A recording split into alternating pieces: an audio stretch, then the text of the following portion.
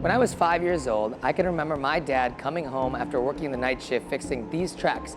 And he jokes to me they're pretty much in the same condition they were back then. You see, my mom and pop were mom and pop.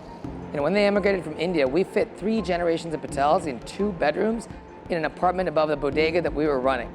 And my story, it's the story of New York. It's of an immigrant family bussing tables, filling vending machines, and changing hotel bed sheets in the motels that we ran and lived in. It's the story of a first-generation kid who got to become an attorney, work for President Obama, and now teaches at NYU. And I know what it's like to make payroll when times are tough. That's why when I see an empty storefront, it's personal. My family, we progressed, but these tracks, they haven't. Over the past 30 years, rents have skyrocketed, public housing has crumbled, and it's become both too expensive to go to college and too costly not to. Upward mobility is the promise of New York. But lately, it feels like the exception rather than the rule.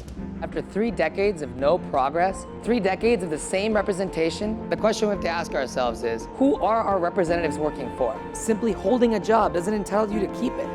You've got to deliver. I'm running for Congress because working people, small business owners, immigrants, activists, educators, they're not just political talking points to me. They're my story.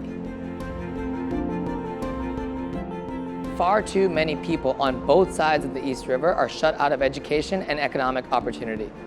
We deserve representation with vision. Vision that is bold and that is progressive. Representation that tackles inequality with a Green New Deal, that ends mass incarceration, that provides debt-free college, and fair taxes that don't punish New Yorkers simply for where they live. These are my streets, this is my park, and this is our New York. Its promise belongs to everyone. I'm Suraj Patel, and in Congress, I will represent each and every one of us.